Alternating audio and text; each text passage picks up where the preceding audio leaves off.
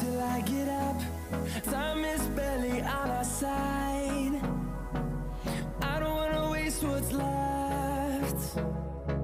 The storms we chase are leading us, and love is all we'll ever trust. Yeah, no, I don't wanna waste what's left. And on we'll go, through the wastelands, through the highways, till my shadow turns to sun rays. And on we'll go, through the wastelands, through the highways, and on we'll go.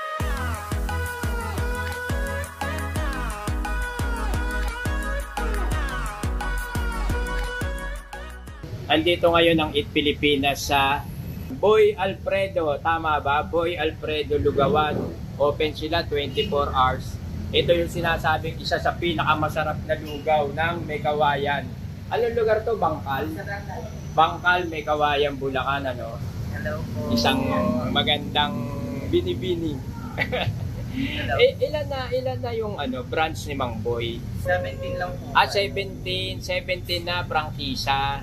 Oo, saan lugar yung mga yun?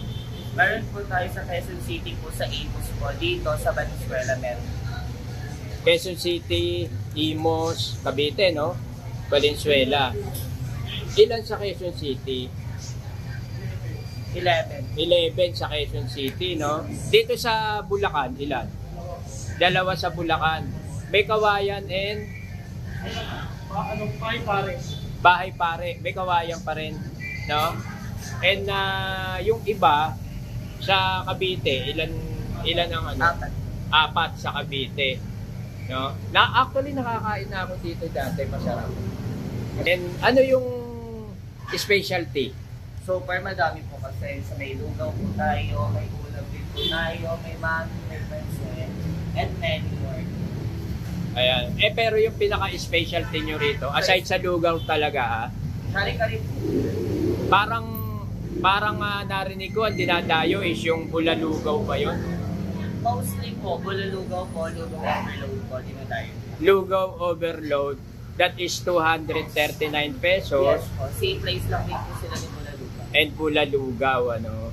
Ano nga ang name mo? Raven Pelaez po. Raven Pelaez. And then si Kuya? Eric po. Eric. Ayan yung mababait na staff dito, no? Sila yung nag-entertain sa atin dito. And then ayun na yung order natin. Kain muna kami. Kanina rice? Sa akin. Pauwi ka lang po ng ibang part. Uy, soup. Naman, para soup.